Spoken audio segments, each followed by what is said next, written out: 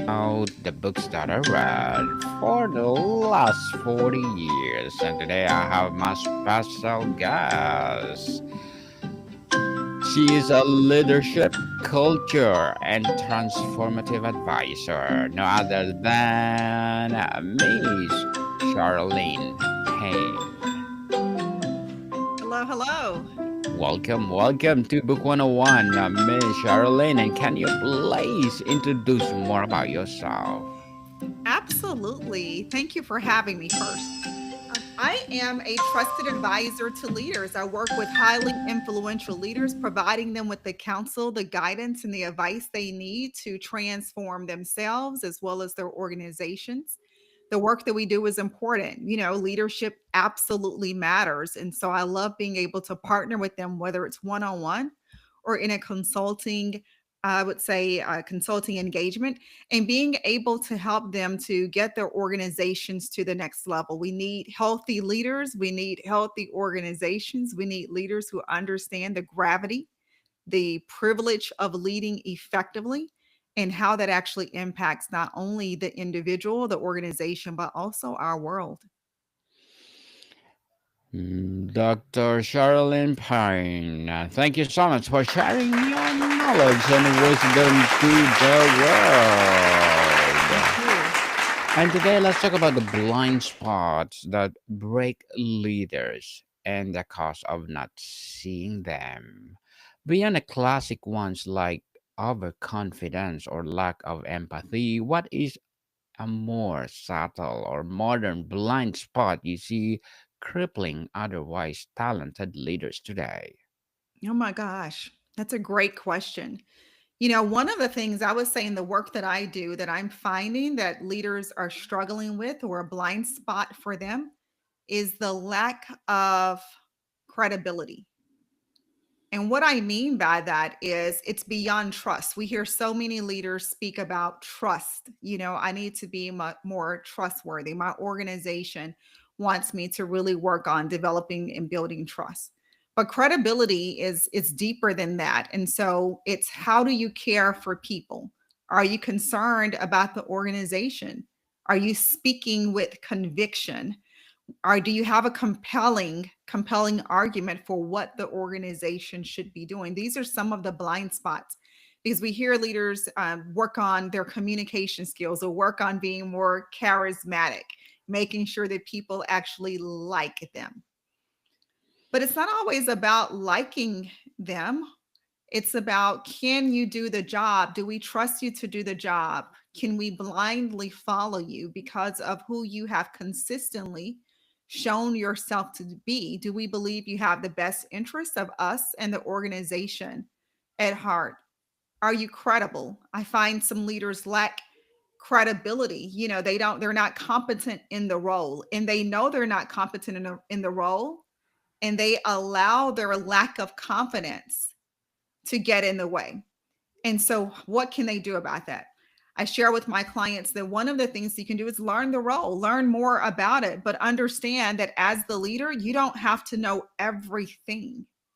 And that's not what you're doing. Your role really is to get the results through other people. So it's these other things that they can work on, their character and integrity. We're seeing so many leaders, the covers are being pulled off of leaders and organizations, and it's making the front page. And so those are just a few of the blind spots that I immediately see some of the leaders that I'm working with one on one that's being referred to me, especially in an executive coaching engagement, that their organization, perhaps their HR business partner or C-suite leader has identified that that's an area that they could actually work on.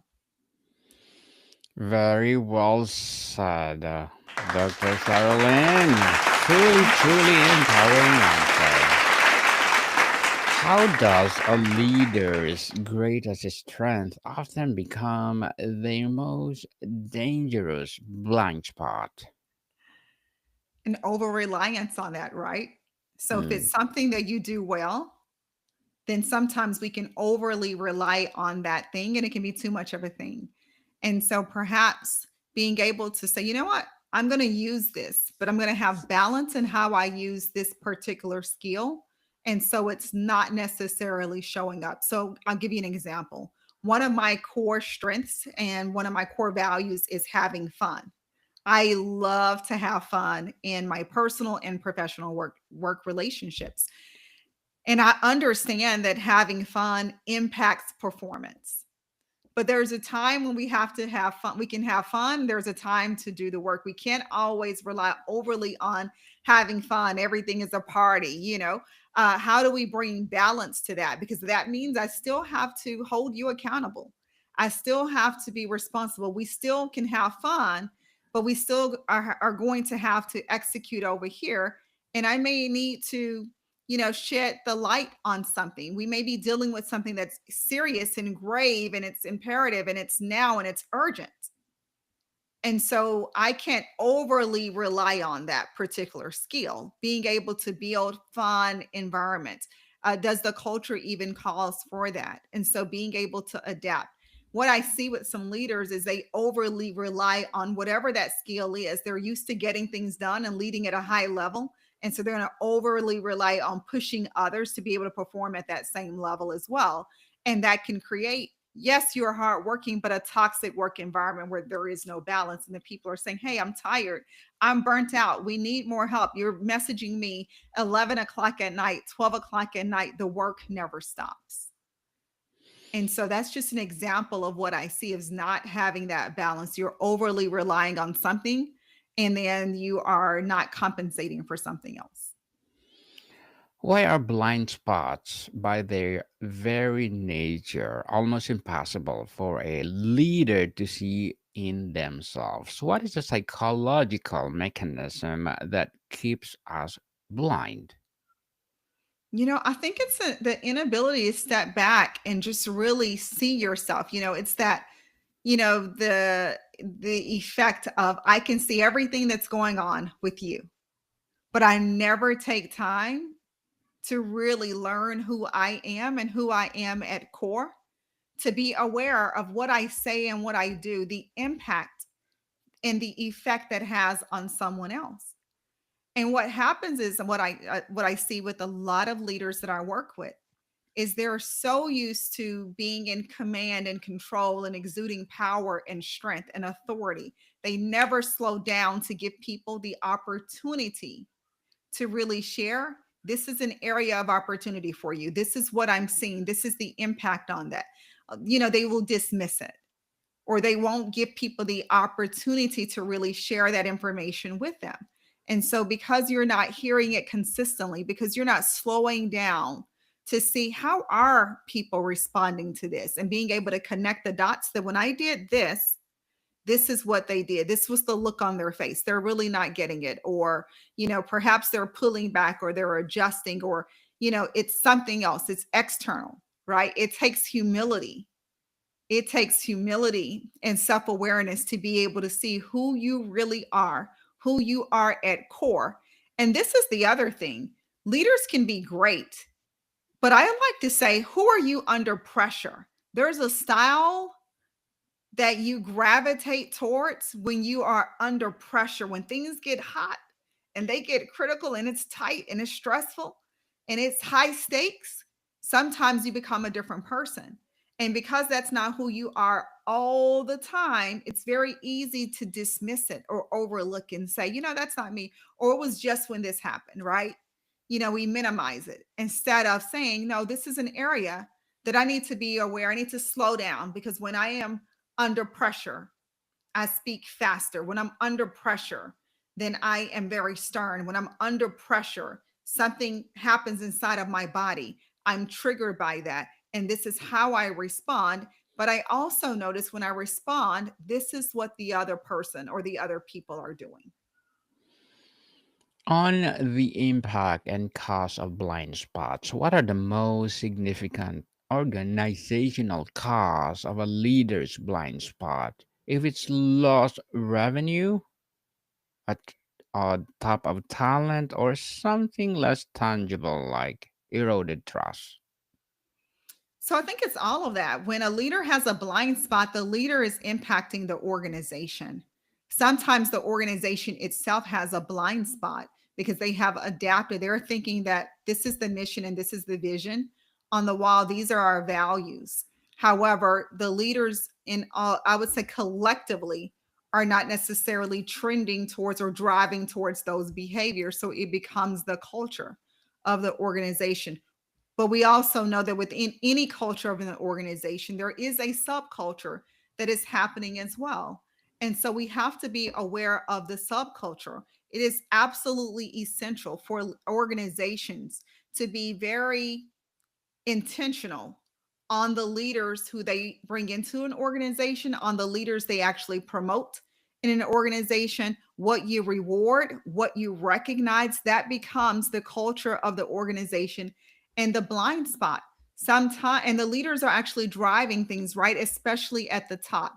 And if you don't do a great job at the top of cascading the message down in its entirety, to the bottom, then you have a blind spot. Where are you actually missing it? Where is the disconnect?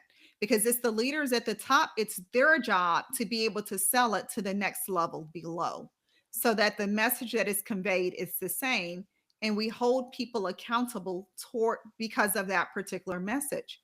One of the things I've seen is yes, it could be the erosion of trust, but it's also the failure to adapt, the failure to innovate quickly. And part of that could be I've seen it as simple as leaders who are always the first to speak in a meeting. So if you're always the first to speak, then people respond to you. When do the other individuals in the meeting get to the opportunity to share their wisdom, their insight, their knowledge? When you want us to be extremely collaborative, every organization, even me and my team, I want us to collaborate.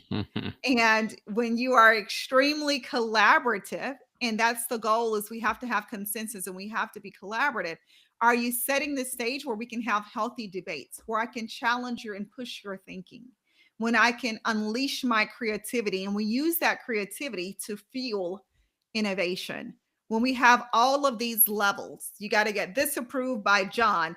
Once John approves it, then Daniel has to approve it. Once Daniel has to approve it, then it goes to Don. Once Don approves, you have all of these checks and balances that's there, that by the time you're ready to launch, we forgot what it was.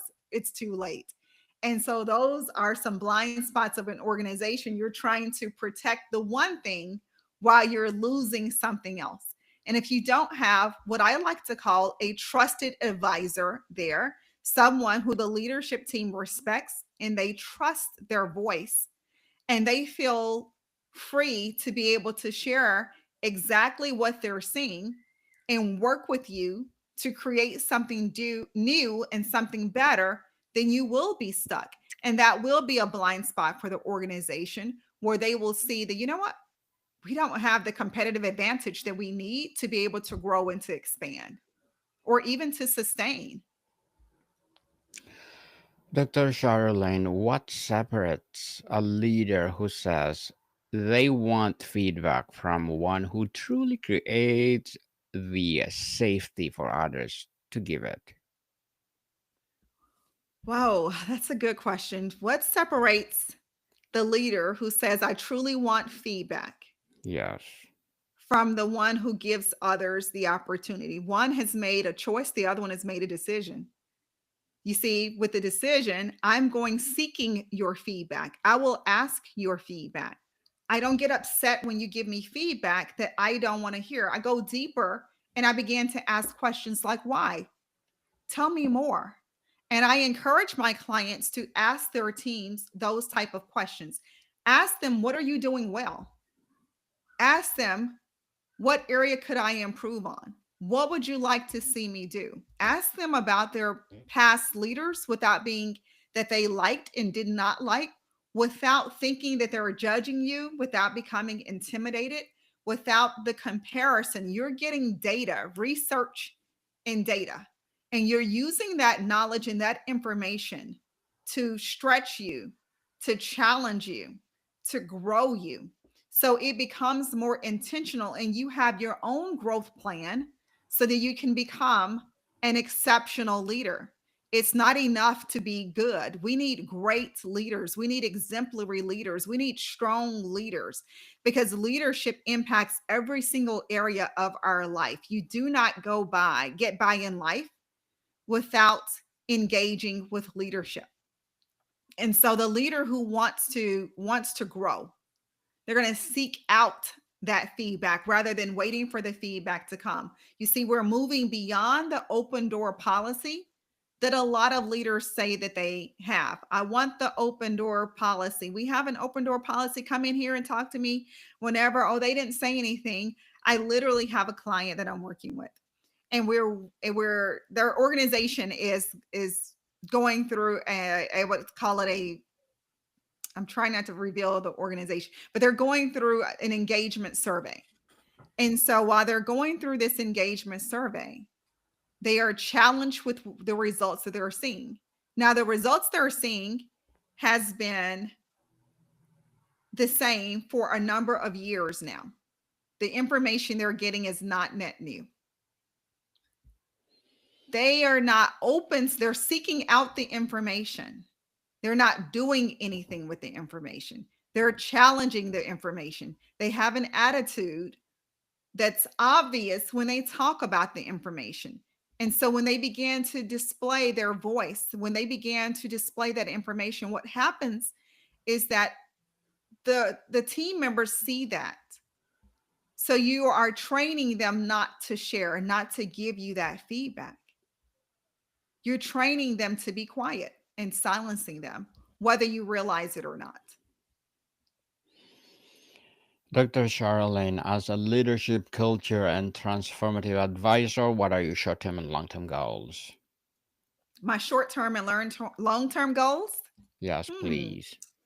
Short term goals would be to continue to speak and spread the message that we need more credible leaders. We need more leaders who are sold out that they will be great, that they will be a great leader. Leaders who understand that what the work they do, it matters. It has an impact on employees' health, has an impact on culture, it has an impact on their friendships, their family, where they live, the vacations they take, where their children go to school. And so I am absolutely sold that this message must be shared, that we must begin to think more strategically about the role of leadership and get those who want to raise their hand to do the great work, the important work, to step into the role. And those who do not, they are moving in a different direction. And so that's one of the things that I would actually share. The next thing that I would share would be when I think about my long term goal, and it's to work with more leaders training their organizations. I would love to be able to bring my team in and really work with leaders and organizations to create high performance, high impact organizations that shift the dynamic of the workplace as well as our communities. Good luck to your goals, Dr. Sharalyn, and looking forward for more success. What would be your piece of advice for those people out there want to be like you? I would say don't be like me. Be like you. And so we don't need another Sherilyn. We need who you are. You are important. You are valuable. Your voice is needed. We want to hear what you have to say. So use your voice. One of the things that I absolutely love is when people can show up as who they are authentically and really just allow us to get to know you, get to know your heart, see how we can support, how we can work together and get you to your next level. I'm a helper uh, at core. And so I want to be around people who sharpen me and also I sharpen them.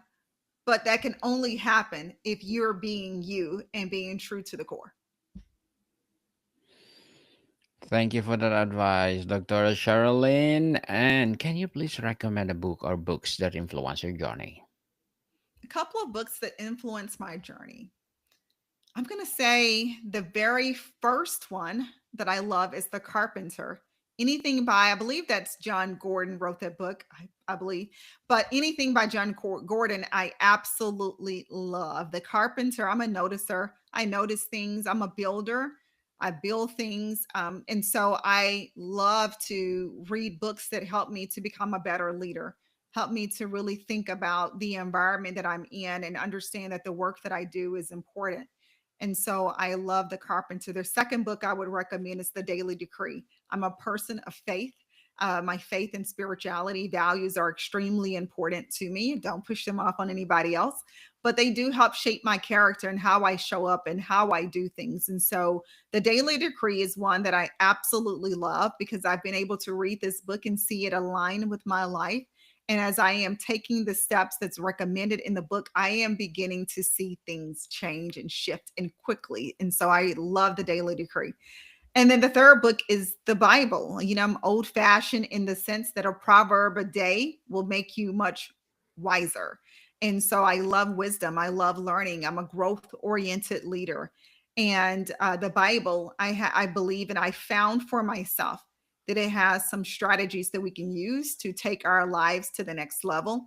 Whether you believe in the Bible or not, just staying with Proverbs itself, it's just a book of wisdom. And so being able to see that if I read a proverb a day, I'm becoming wiser and I can pass that wisdom, that insight on to the leaders that I work with, on to my family and friends and individuals, and be able to see them take the next steps and get the results they want in their life. And it's just starting small, you know, just again, read this and apply this particular concept to your life and just see what happens, whether you're a believer or not. Thank you for that recommended books, Dr. Sharalyn. You're And welcome. if you could instill one habit in every leader to minimize their blind spots, what would it be? One habit I can instill with leaders to minimize their blind spots. Let me think about that for a moment. I'm going to say being more intentional. I think if leaders are more intentional with their words, more intentional with their interactions with people, more intentional with their message, more intentional about building their character, more intentional about becoming a competent leader, more intentional about understanding how do we adapt to change and adapt quickly, more intentional about building the next generation of talent, of being a successor, more intentional about growing and expanding their organization, then our organizations will look much differently. Our country will look much differently if we had leaders who led with intention. And the intention is that I absolutely will be, I am fundamentally committed to being an exemplary leader.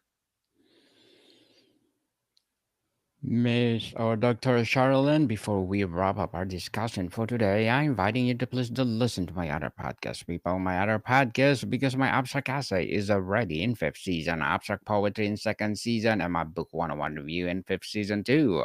Comedy 101 in second season, and my food 101 in fifth season as well. Geography 101 in fourth season, and my baby podcast, Law 101 and Mental Health 101. Love letters in third season and Movie 101 Review and Music 101 in fourth season, and Science 101 and Sex 101 in its first season. Please listen to them wherever you listen your podcast. So, Dr. Charlene, if you could instill one habit in every leaders all over the world to cultivating self-awareness and hunting for the blind spots as a sign of leadership weakness or its ultimate signature for strength. Can you repeat that question one more time for me, please? Yes, if you could instill and cultivate a self awareness and hunting for blind spots as signs of leadership weakness, or is it ultimate signature of strength?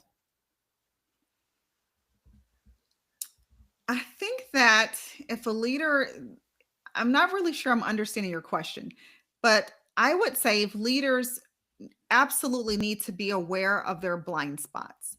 The blind spots could be a strength, but again, we don't want to overly rely on any blind spot.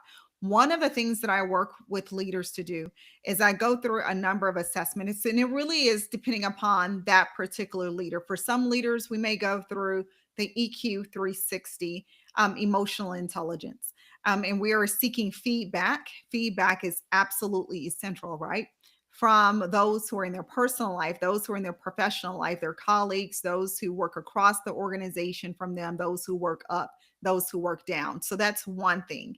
But then also we have what I love is the Hogan, and so I use the Hogan assessment because that is going to give you again more of your blind spots, not just your areas of opportunity, but those hidden things that you may not necessarily be aware of. You're going to learn your true values and how they actually show up. You're going to learn your style under pressure. And that's the thing I think that we don't realize could be a derailer to your success is not having an awareness of that and not putting together a team of individuals and giving them the freedom to be able to speak to you to help you to identify when you are overly relying on that particular skill or when it's a skill that you actually need to develop.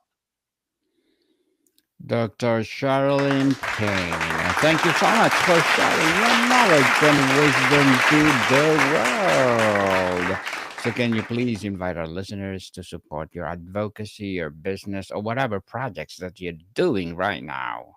Absolutely. Thank you for having me. I would share with your listeners that I have a couple of things that they may find interesting. Number one, if you like to listen to the Game Changer with Dr. Sherilyn podcast, wherever you get your podcasts. So we're on Apple, we are on iHeart, wherever you get your podcast, the Game Changer with Dr. Sherilyn. Number two, perhaps you don't like to listen, but you like to read. I have the Ultra Influential newsletter. All you need to do is go to ultrainfluential.com, and you can connect with me there. And I have a weekly blog, and also you can read the show notes from the podcast on ultrainfluential.com as well. Yes, people, let's support Dr. Sherilyn Payne. Because if you support her, for sure, more and more empowering episodes of the podcast itself, more and more empowering advocacy to come. So, Dr. Sherilyn, thank you so much for your time. Thank you. More to come, people. See you soon.